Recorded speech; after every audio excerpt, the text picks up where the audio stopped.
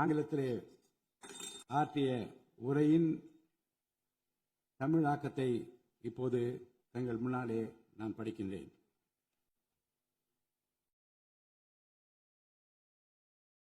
மாண்புமிகு சட்டமன்ற பேரவை உறுப்பினர்களே, வணக்கம். மக்களே நாட்டின் உண்மையான எஜமானர்கள் என்றார் பேரறிஞர் அண்ணா. அண்மையில் நடந்து முடிந்த தமிழ்நாடு சட்டமன்ற தேர்தலில் தமிழ்நாட்டின் எஜமானர்களால் தேர்ந்தெடுக்கப்பட்டு 17வது தமிழ்நாடு சட்டமன்ற பேரவையின் முதல் கூட்டத்தொடரில் இங்கே அமர்ந்திருக்கும் சட்டமன்ற உறுப்பினர்களுக்கு எனது நல்வாழ்த்துக்களை முதற்கண் தெரிவித்துக் கொள்கிறேன்.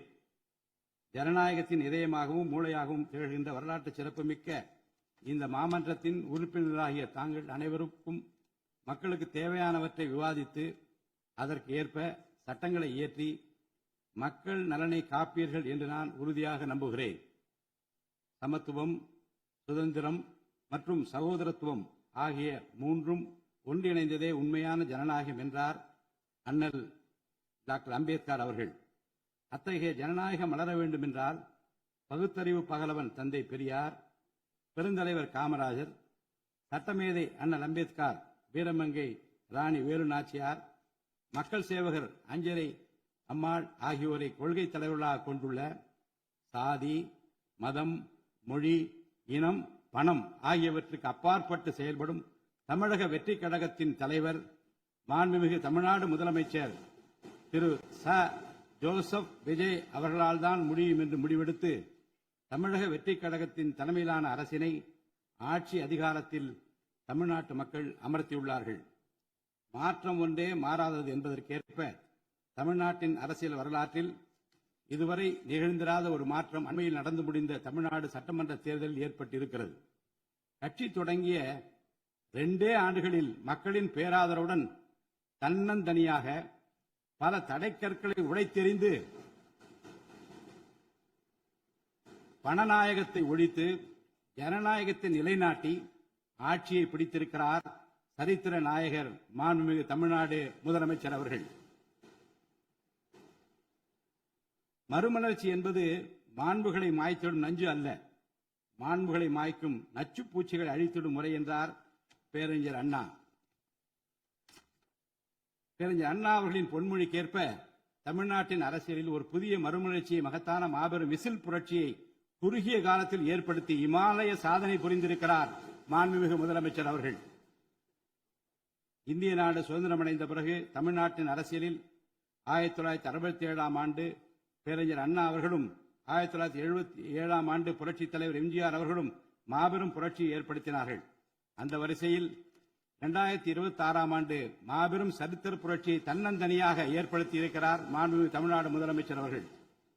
மாநில உரிமை, பெண்கள் நலன் மற்றும் பாதுகாப்பு, சமூக நீதி, சம வாய்ப்பு, மாற்றுத்திறனாளிகள், விவசாயிகள், மீனவர்கள், நெசவாளர்கள், தொழிலாளர்கள், திருநர் மற்றும் சிறுபான்மையினர் ஆகியோரின் நலன், கல்வி, மருத்துவம் மற்றும் சுகாதாரம், உரிய பிரதிநிதித்துவம் என அனைவரையும் உள்ளடக்கிய ஆட்சி என்ற கொள்கையை அடிப்படையாக கொண்டு சட்டங்களை இயற்றும் அரசாக, திட்டங்களை தீட்டும் அரசாக, 7.5 கோடி தமிழ்நாட்டு மக்களுக்கான அரசாக இந்த அரசு விளங்கும்.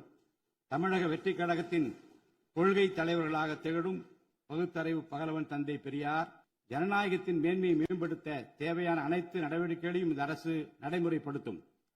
கூட்டணி ஆட்சி தத்துவத்தின் இலக்கணமாக திகழும் இந்த அரசு கடந்த 74 ஆண்டு காலமாக தமிழ்நாட்டின் அரசியல் வரலாற்றில் கண்டிராத ஆட்சியிலும் பங்கு, அதிகாரத்திலும் பங்கு என்பதை செய்து காட்டியுள்ளது. தமிழக வெற்றி கழக அரசு பொறுப்பேற்ற பின்னர் மாண்புமிகு முதலமைச்சர் திரு ச. ஜோசப் விஜய் அவர்கள் புதுதில்லியில் மாண்புமிகு இந்திய பிரதமர் திரு நரேந்திர மோடி அவர்களை நேரில் சந்தித்து தமிழ்நாட்டின் நீண்டகால கோரிக்கைகளான வான்வழி அமைப்பு மையத்தை CABS கேப்ஸ் ஓசூரின் அருகில் நிறுவவும், மேகதாது அணை கட்ட கர்நாடக அரசு முயல்வதை தடுக்கவும், தமிழ்நாட்டு மீனவர்கள் இலங்கை அரசால் கைது செய்யப்படுவதை தடுத்து மீனவர்களையும் அவரது படகுகளையும் உடனே விடுவிப்பதற்கான நடவடிக்கைகள் அடங்கிய கோரிக்கை மனுவை அளித்து தமிழ்நாட்டுக்கு தேவையான நிதி உதவி உள்ளிட்ட அனைத்து உதவிகளையும் வழங்குமாறு கேட்டுக் கொண்டார். மேலும் ஒன்றிய அரசிடம் மாண்புமிகு முதலமைச்சர் அவர்கள் தமிழ்நாட்டிற்கு தேவையான நெடுஞ்சாலை மற்றும் உட்கட்டமைப்பு மேம்பாட்டிற்கான நிதி ஒதுக்கீடு, தேசிய முக்கியத்துவம் வாய்ந்த கல்வி நிறுவனங்களை தமிழ்நாட்டில் நிறுவுதல், மற்றும் ஓசூர், கோயம்புத்தூர் மற்றும் மதுரை நகரங்களுக்கு தேவையான மெட்ரோ ரயில் திட்டங்களுக்கு நிர்வாக ஒப்புதல் வழங்குதல் குறித்து கோரினார். நிதி ஆயோக்கின் 11வது ஆட்சி மன்ற குழு கூட்டத்தில் கலந்து கொண்ட மாண்புமிகு முதலமைச்சர் அவர்கள் இக்கோரிக்கைகளை நிறைவேற்ற மீண்டும் ஒருமுறை ஒன்றிய அரசிடம் வலியுறுத்தினார். இந்த கோரிக்கைகளை கனிவுடன் பரிசீலித்து ஒன்றிய அரசு தமிழ்நாட்டிற்கு தேவையான உதவிகளை செய்யும் என்று எதிர்பார்க்கப்படுகிறது.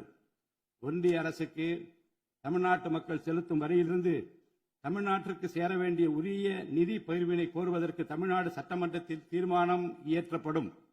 அவ்வாறு தீர்மானம் நிறைவேற்றுவதோடு நின்றுவிடாமல் உச்சநீதிமன்றம் வரை சென்று நிதி பகிர்வினை சட்ட ரீதியாக பெறுவதற்காக சட்ட வல்லுநர்கள் அடங்கிய சிறப்பு குழு அமைக்கப்படும். தமிழ்நாட்டிற்கு வரவேண்டிய ஒவ்வொரு ரூபாய் வருவாயும் முறையாக ஆவணப்படுத்தப்பட்டு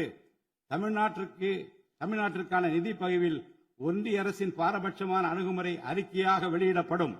மேலும் தமிழ்நாட்டிற்குரிய நியாயமான நிதி பகிர்வை ஒன்றிய அரசிடமிருந்து பெறுவது உறுதி செய்யப்படும். தமிழ்நாட்டின் நலனை பாதுகாப்பதற்கும் மாநில உரிமைகளுக்காக போராடுவதற்கும் மாநிலங்களுக்கு தேவையான நலத்திட்டங்களை நிறைவேற்றுவதற்கும் புதிய கட்டமைப்புகளை உருவாக்குவதற்கும் ஒன்றிய அரசை தொடர்ந்து வலியுறுத்தி பெரும் முனைப்புடன் இந்த அரசு செயல்படும். கடந்த சில ஆண்டுகளில் தமிழ்நாட்டின் நிதி நிலைமை மிக மோசமான சீர்கேட்டை சந்தித்துள்ளது. மாண்புமிகு முதலமைச்சர் அவர்கள் பதவியேற்ற பிறகு ஆற்றிய தனது முதல் உரையில் உறுதியளித்தபடி கடந்த கால அரசின் தவறான நிதி நிர்வாகத்தின் மறைக்கப்பட்ட உண்மை நிலையை வெளிக்கொணரும் வகையில் தமிழ்நாட்டின் நிதி நிலை குறித்த வெள்ளை அறிக்கையை இந்த அரசு வெளியிட்டுள்ளது. கடந்த 5 ஆண்டுகளில் மட்டும் கடனின் அளவு ஏறத்தாழ 2 மடங்காக உயர்ந்தது. 10 லட்சம் கோடி ரூபாய் என்ற அளவை எட்டியுள்ளது. இது தற்போது மாநில மொத்த உள்நாட்டு உற்பத்தி மதிப்பில் ஜிஎஸ்டிபி 28.3% உள்ளது. இதன் காரணமாக தமிழ்நாட்டில் வாழும் ஒவ்வொரு தனி நபர் மீதும் 1 லட்சம் ரூபாய்க்கும் அதிகமான கடன் சுமை உள்ளது. 2024-25 நிதியாண்டில் 48,840 கோடி ரூபாயாக இருந்த மாநிலத்தின் வருவாய் பற்றாக்குறை 2025-26 நிதியாண்டில் 78,324 கோடி ரூபாயாக ஒரே ஆண்டில் உயர்ந்து மாநில மொத்த உள்நாட்டு உற்பத்தி மதிப்பில் ஜிஎஸ்டிபி 2.2% உள்ளது. மொத்த வருவாய் வரவுகளில் கிட்டத்தட்ட 23% வட்டி செலுத்துவதற்கே செலவிடப்படுகிறது. வருவாய் இழப்புகள் மற்றும் வரி வசூல் துறைகளில் நிலவும் திட்டமிட்ட ஊழல் காரணமாக 2021-22 நிதியாண்டில் மாநில மொத்த உள்நாட்டு உற்பத்தி மதிப்பில் 5.93% இருந்த வரி வருவாய் 2025-26 நிதியாண்டில் 5.45% குறைந்துள்ளது. அரசுக்கு நியாயமாக செல்ல வேண்டிய திசை மாறி சென்ற வருவாயை முறையாக அரசின் கருவூலத்திற்கு கொண்டு வர இந்த அரசு ஏற்கனவே ஒருங்கிணைந்த நடவடிக்கைகளை தொடங்கியுள்ளது. இதுவரை தடமாறி சென்ற வருவாயை அரசின் கணக்கிற்கு கொண்டு வரும் பொருட்டு மதுபான உற்பத்தியாளருக்கான கூடுதல் சிறப்பு கட்டணத்தை பிரிவிலேஜ் ஃபீ இந்த அரசு அண்மையில் விதித்துள்ளது. இதன் மூலம் அரசின் கருவூல கணக்கில் வரவு வராத வருவாய்கள் அனைத்தும் முழுமையாக முறைப்படுத்தப்படும். அரசின் அதிகாரப்பூர்வ கருவூல வருவாயாக நேரடியாக மாற்ற நடவடிக்கைகள் எடுக்கப்பட்டும் அரசிற்கு ஓர் ஆண்டிற்கு 1000 கோடி ரூபாய் வரை வரவு எதிர்பார்க்கப்படுகிறது. வருவாய் வரவுகளில் ஏற்படும் அனைத்து இழப்புகளையும் அதேபோல் அரசு பணிகள் மற்றும் இதர அரசு செலவினங்களில் ஏற்படும் இழப்புகளையும் தடுத்து நிதி நிலையை மீண்டும் சீரான பாதைக்கு கொண்டு வர இந்த அரசு அனைத்து நடவடிக்கைகளையும் மேற்கொண்டு வருகிறது. இதன் மூலம் தமிழ்நாட்டு மக்களுக்கு அளித்த வாக்குறுதிகளை இந்த அரசு முழுமையாக நிறைவேற்றும்.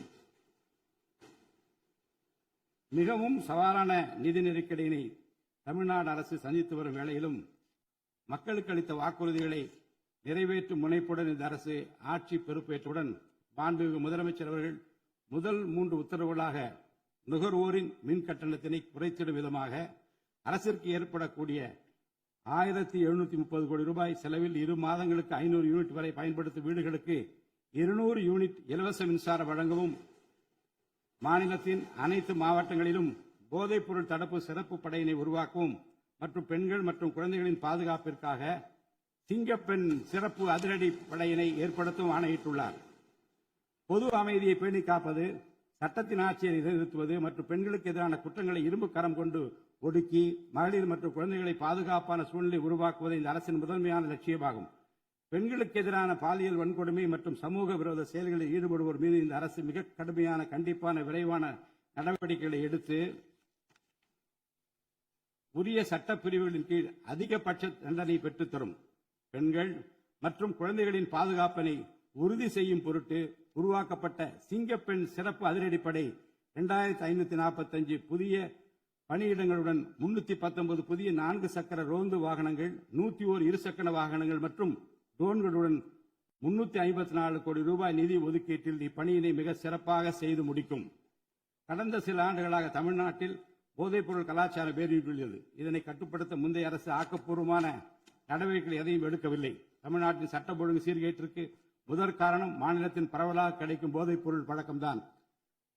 போதைப்பொருள் இல்லாத தமிழ்நாட்டை உருவாக்குவது இந்த அரசு முழு மூச்சுடன் செயல்படும். இதனை செயல்படுத்தும் விதமாக போதைப்பொருள் தடுப்பு சிறப்பு படை அனைத்து மாவட்டங்களில் உருவாக்க இந்த அரசு உத்தரவிட்டுள்ளது. போதைப்பொருள் நடமாட்டத்தை முற்றிலுமாக ஒழிக்க தேவையான அனைத்து நடவடிக்கைகளையும் இந்த அரசு எடுத்து வருகிறது. பொதுமக்களின் நலனில் பெரிதும் அக்கறை கொண்ட இந்த அரசு பொறுப்பேற்றவுடன் முதற்கட்டமாக வழிபாட்டு தலங்கள், கல்வி நிறுவனங்கள் மற்றும் பேருந்து நிலையங்களுக்கு அருகில் 500 மீட்டர் தொலைவில் அமைந்திருந்த 717 மதுபான சில்லறை விற்பனை கடைகள் மூடப்பட்டுள்ளன. கள்ளச்சாராய நடமாட்டம் மற்றும் சட்டவிரோத மது விற்பனையை முற்றிலும் ஒழிப்பதற்கும் இத்துறையில் முழுமையான கண்காணிப்பை ஏற்படுத்துவதற்கும் தேவையான கடுமையான விதிமுறைகள் உருவாக்கப்பட்டு நடைமுறைப்படுத்தப்படும். இதன் மூலமாக ஆயத்தீர்வை வசூல் மற்றும் மதுபான விநியோகத்தில் உள்ள முறைகேடுகள் தடுக்கப்பட்டு மாநிலத்தின் சமூக பொருளாதார சூழல் நல்வழிப்படுத்தப்படும். தமிழ்நாட்டில் கனிம வளத்துறையில் மலிந்து கிடக்கும் ஊழல் முறைகேடுகள் காரணமாக கனிம வளங்கள் மூலம் கிடைக்கும் வருவாயில் பெரும் அளவில் இழப்பு ஏற்பட்டுள்ளது.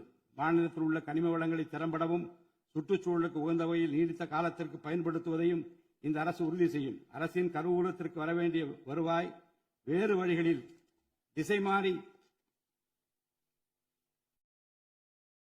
செல்வதை தடுத்து அது முறையாக வந்து சேருவதை உறுதி செய்வதற்காக முறையான ஒழுங்குமுறை மற்றும் அமலாக்கத்தின் மூலம் திட்டமிட்ட சட்டவிரோத கனிம தொழிலும் வரி ஏய்ப்பும் இரும்பு கரம் கொண்டு ஒடுக்கப்படுகின்றன.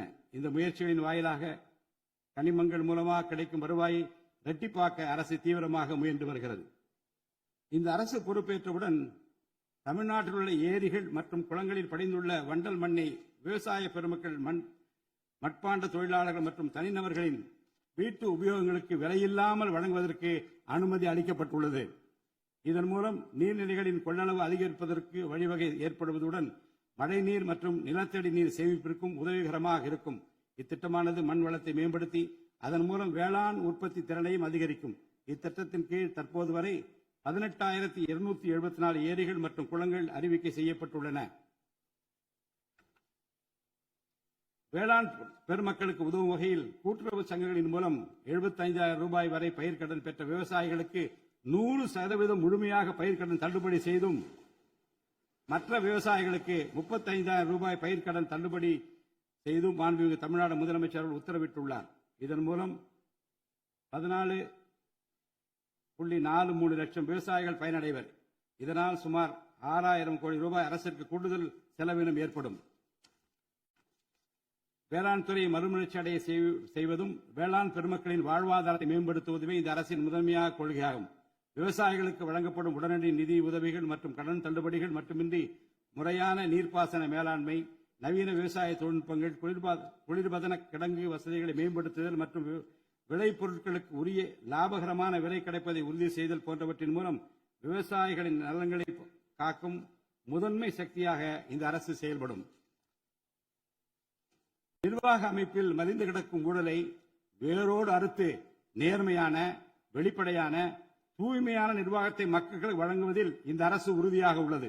இதற்கேற்ப அனைத்து துறை சார்ந்த கொள்முதல்கள் மற்றும் ஒப்பந்த புள்ளிகள் எவ்வித ஒளிவு மறைவுமின்றி கடுமையான கண்காணிப்பு வழிமுறைகளுக்கு உட்படுத்தப்படும்.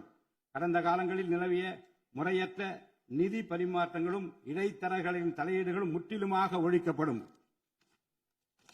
ஒவ்வொரு சமூகத்திற்கும் உரிய அளவிலான பிரதிநிதித்துவம் கிடைப்பதே உண்மையான சமூக நீதி என்பது இந்த அரசின் அடிப்படை கொள்கை.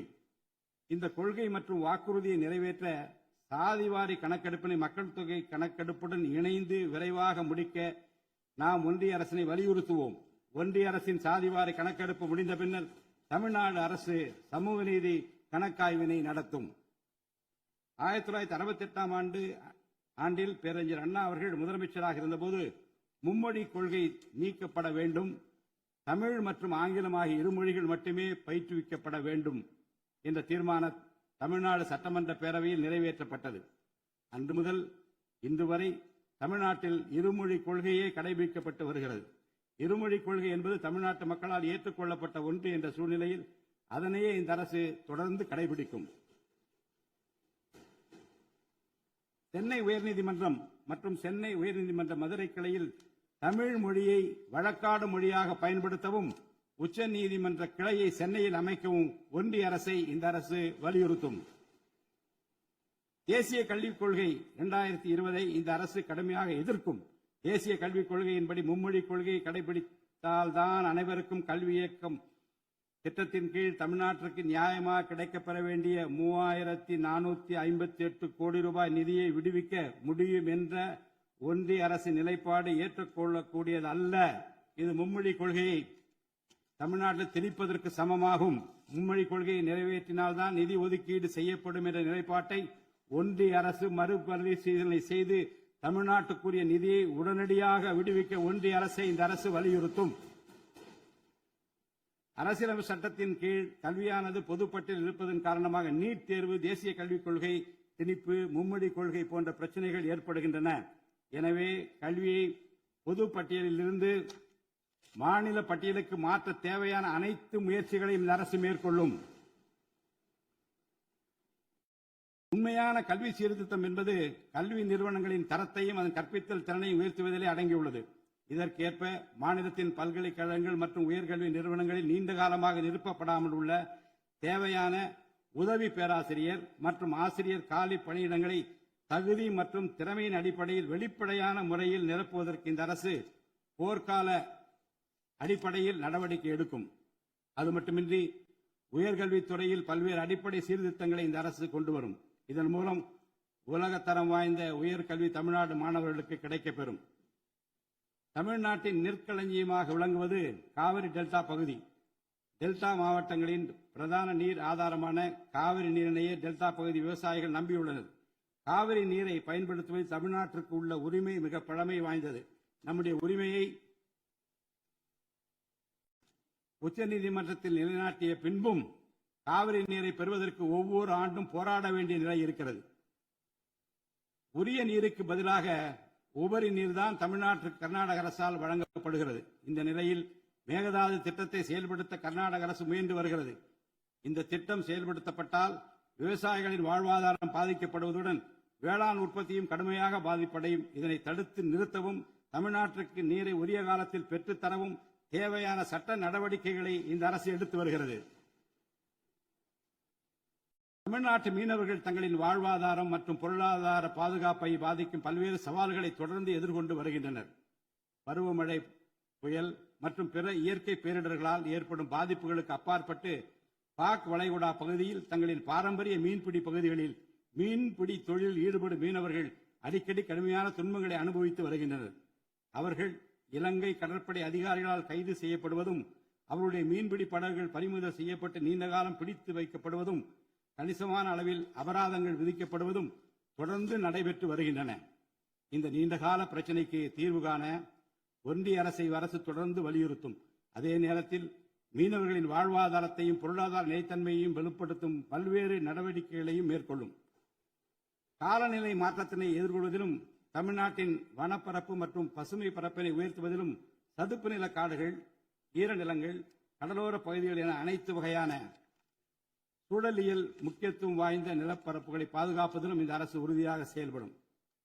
நிலத்தடி நீர்மட்டத்தை உயர்த்தவும் மழை காலங்களில் வரும் நீரை சேமிக்கவும் ஏதுவாக ஏரிகள் மற்றும் குளங்கள் பராமரிப்பு திட்டம் ஒவ்வொரு ஆண்டும் செயல்படுத்தப்படும். மேலும் கடலுக்கு செல்கின்ற நீரை தடுக்கும் வகையிலும் மழை நீரினை சேமிக்கும் வகையிலும் தேவையான இடங்களில் தடுப்பணைகள் கட்ட நடவடிக்கைகள் மேற்கொள்ளப்படும். தென் மாவட்ட மக்களின் உயிர் நாடியாக விளங்குவது முல்லை பெரியாறு அணையாகும். முல்லை பெரியாறு அணை நீர்மட்டத்தை 142 அடி வரை உயர்த்திக் கொள்ள உச்சநீதிமன்றம் 2014 ஆண்டு ஆணையிட்டதோடு அணையை வலுப்படுத்திய பின் அணையின் நீர்மட்டத்தை 152 அடி வரை உயர்த்திக் கொள்ளலாம் என்றும் அறிவுறுத்தியிருக்கிறது. ஆனால் அணையை வலுப்படுத்தும் பணிகளை மேற்கொள்ள தொடர்ந்து அனுமதி மறுத்து வரும் கேரள அரசானது அதற்கு மாறாக புதிய அணையை கட்ட வேண்டும் என்ற கோரிக்கையை தொடர்ந்து வலியுறுத்தி வருகிறது. கேரள அரசின் புதிய அணை கட்டும் முயற்சியை தடுக்கவும், முல்லை பெரியார் அணைப்பகுதியில் பழுதுபார்க்கும் பணிகளை மேற்கொள்ளவும், அணையின் நீர்மட்டத்தினை உயர்த்தவும் உறுதியான நடவடிக்கைகளை இந்த அரசு எடுக்கும். நதிநீர் இணைப்பு திட்டத்தை செயல்படுத்தும் விதமாக முதற்கட்டமாக தமிழ்நாட்டில் உள்ள நதிகளை இணைக்கவும், அதனைத் தொடர்ந்து ஒன்றிய அரசிடம் வலியுறுத்தி தென் மாநிலங்களில் உள்ள நதிகளை இணைக்கவும் இந்த அரசு தீவிரமாக முயற்சி மேற்கொள்ளும். கீழடி, ஆதிச்சநல்லூர், கொடுமணல், மயிலாடம்பாறை, சிவகலை, அழகன்குளம், அரிக்கமேடு, செல்வன்குப்பம் மற்றும் பூம்புகார் ஆகிய தலங்களில் தொடர்ந்து தொல்லியல் துறை ஆராய்ச்சி மேற்கொள்ளவும், கீழடி, ஆதிச்சநல்லூர் ஆகிய இரு தலங்களுக்கு யுனெஸ்கோவின் உலக பாரம்பரிய சின்னம் என்ற அங்கீகாரத்தை கிடைக்கவும், இத்தலங்களுக்கு பள்ளி மாணவர்களை கல்வி சுற்றுலா அழைத்துச் செல்லவும் இந்த அரசு வழிவகை செய்யும். மேலும் ஆதிச்சநல்லூர், கொடுமணல், கங்கை கொண்ட சோழபுரம் ஆகிய பண்பாட்டு தலங்களில் மிக மெய்மை மற்றும் மெய்நிகர் தோற்றம், ஆக்மெண்டட் ரியாலிட்டி, வர்ச்சுவல் ரியாலிட்டி ஆகிய தொழில்நுட்பங்களின் மூலம் சுற்றுலா பயணிகளுக்கு தமிழர் நாகரிகம் மீட்டுருவாக்கம் செய்யப்பட்டு அதன் அனுபவம் வழங்கப்படும். இவற்றுடன் இணைந்து மாநிலத்தின் இயற்கை வளங்களையும் சுற்றுச்சூழல் சமநிலையையும் பேணிக்காக்கும் வகையில் ஒரு விரிவான நிலையான சுற்றுலா கொள்கை, சஸ்டைனபிள் டூரிசம் பாலிசி வகுக்கப்படும். சுற்றுச்சூழல் பாதுகாப்போடு உட்கமைப்பை மேம்படுத்தி தமிழ்நாட்டை உலகளாவிய பாரம்பரிய மற்றும் சூழல்சார் சுற்றுலா தலமாக இந்த அரசு மாற்றும். வரும் 2036ஆம் ஆண்டிற்குள் தமிழ்நாட்டை $15 டிரில்லியன் பொருளாதாரம் கொண்ட மாநிலமாக உருவாக்கிட வேண்டும் என்ற முதலமைச்சர் அவர்களின் இலக்குடன் தொழில்கள் வளர வேண்டும், தொழிலாளர்கள் வாழ வேண்டும் என்ற கொள்கையில் இந்த அரசு உறுதியாக உள்ளது. தமிழ்நாட்டில் தொழில் வளர்ச்சியை மேம்படுத்தும் வகையில் தொழில் நிறுவனங்கள் தொடங்குவதற்கான நடைமுறைகள் எளிமைப்படுத்தப்படும். இதன்படி குறு, சிறு மற்றும் நடுத்தர தொழில்கள் தொடங்க தேவையான அனுமதியினை ஒற்றைச்சாளர முறையில் விரைவாக வழங்குவதற்கான நடவடிக்கைகளை இந்த அரசு எடுக்கும். இதன் மூலம் தமிழ்நாடு தொழில் வளர்ச்சி அடைவதோடு லட்சக்கணக்கான வேலை வாய்ப்புகள் உருவாக்கப்படும். மாநிலத்தின் பொருளாதார நிலைத்தன்மையையும் தொழில்துறை வளர்ச்சியையும் ஊக்குவிக்கும் நோக்குடன் முந்தைய தொழில் கொள்கைகளின் தொடர்ச்சியை பேணுவதோடு தற்கால மற்றும் வருங்கால தேவைகளை கருத்தில் கொண்டு ஒரு புதிய தொழில் கொள்கையை இந்த அரசு வகுத்து உள்நாட்டு மற்றும் உலகளாவிய நிறுவனங்கள்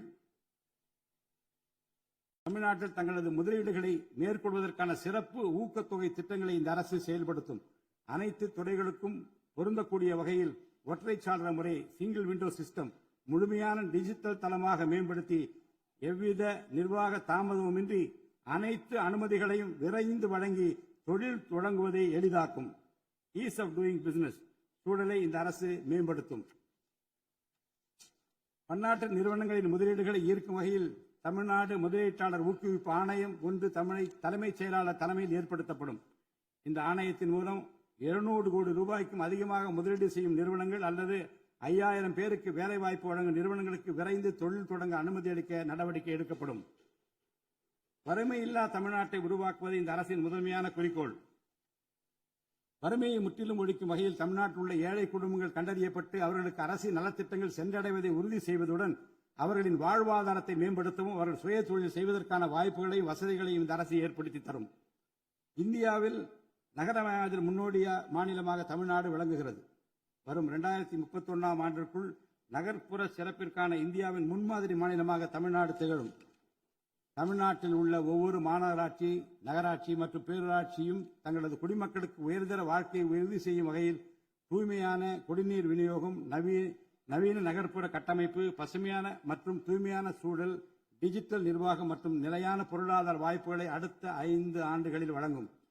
அரசு துறைகளில் உள்ள காலி பணியிடங்களை நிரப்ப குறித்த நேரத்தில் எவ்வித ஒளிவு மறைவுமின்றி தேர்வாணையங்கள் மூலம் தேர்வுகள் நடத்தப்பட்டு முறைப்படி காலி பணியிடங்கள் நிரப்பப்படும்.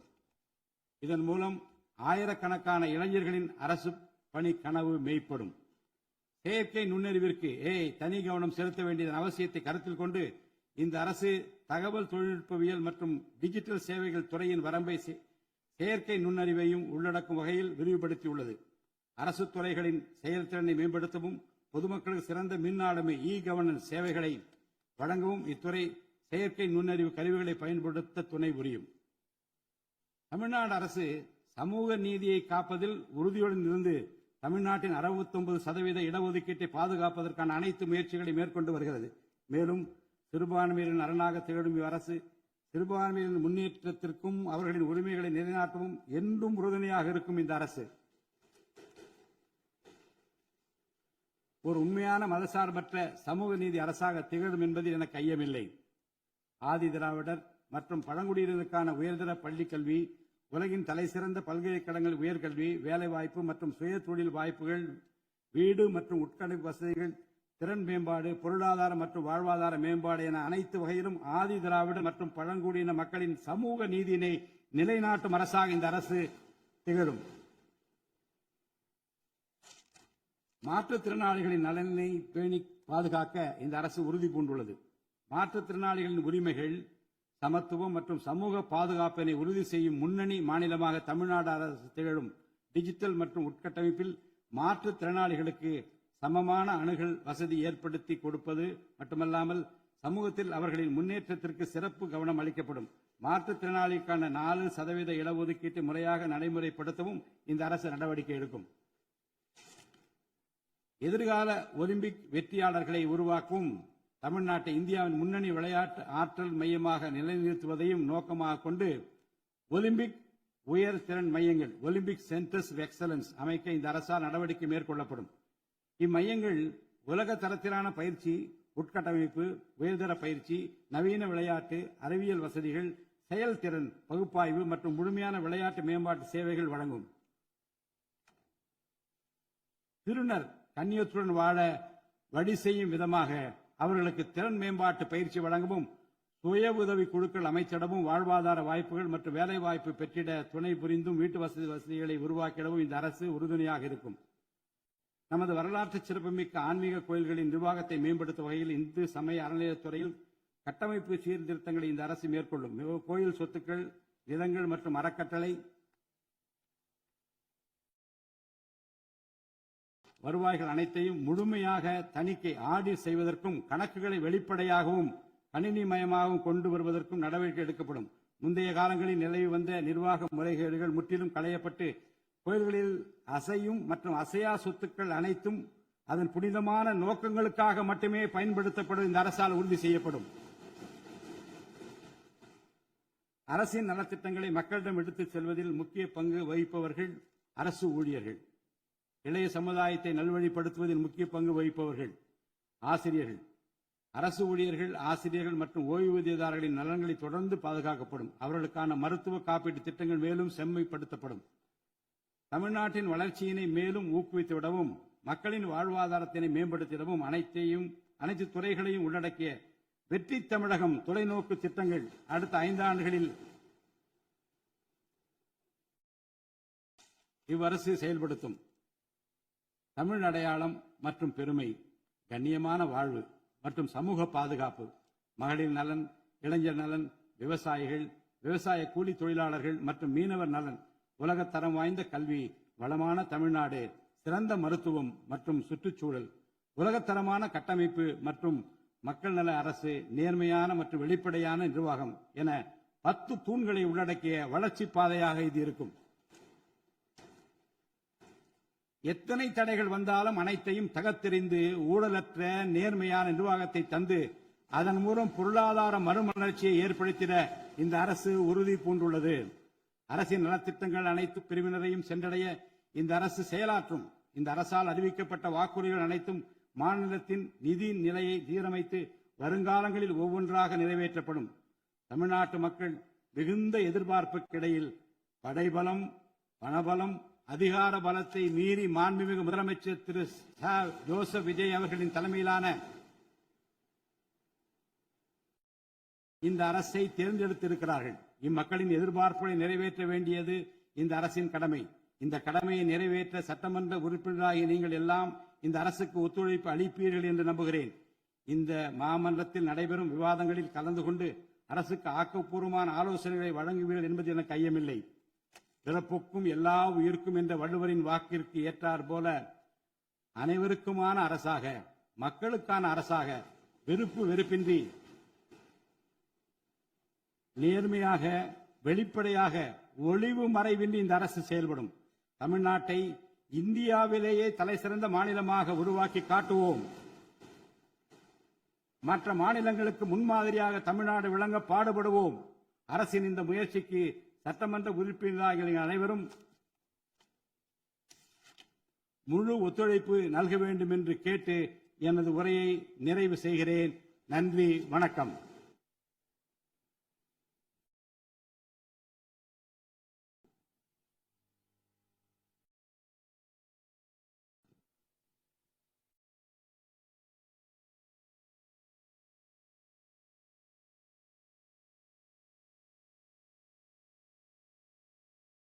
मन अधिनायक जय हे भारत वाक्य विधाता पंजाब सिंधु गुजरात मराठा द्राविड उत्कल बंगा विंध्य हिमाचल यमुना गंगा उच्चल जलति तरंगा तव शुभ नामे जाहे तव शुभ आशीष माहे गाहे तव जय गाथा जनगण मंगलदायक जय हे भारत वाक्य विधाता जय हे जय हे जय हे जय जय जय जय हे।